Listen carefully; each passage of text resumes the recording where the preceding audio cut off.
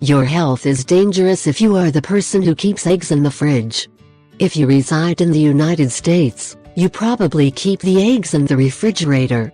There is much controversy over the storage of eggs in the refrigerator to avoid salmonella poisoning.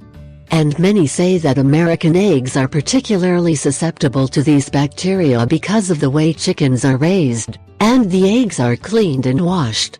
In much of Europe, for example, eggs are often stored just above the counter, at room temperature.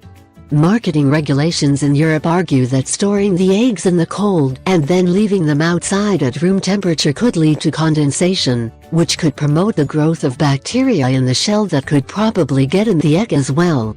So, despite what you may have heard, eggs are fresh and have an intact cuticle do not need to be refrigerated, as long as they are to be consumed within a relatively short period of time.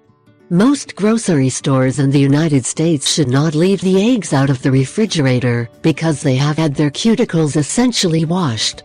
If the eggs are fresh from the organic farm, with intact cuticles, and are consumed within a couple of days, you can simply leave them on the counter or in a cool place. When it comes to minimizing salmonella infections, American producers focus on egg shells, which could be tarnished with organic matter, such as chicken feces. The USDA requires producers to rinse, dry and haze hazy eggs before shipping them. Europeans, on the other hand, focus on the inhibition of salmonella infections in hens themselves. If an egg is infected with salmonella, the bacteria multiply more rapidly if the egg is stored at room temperature rather than in the refrigerator, especially if stored for more than 21 days.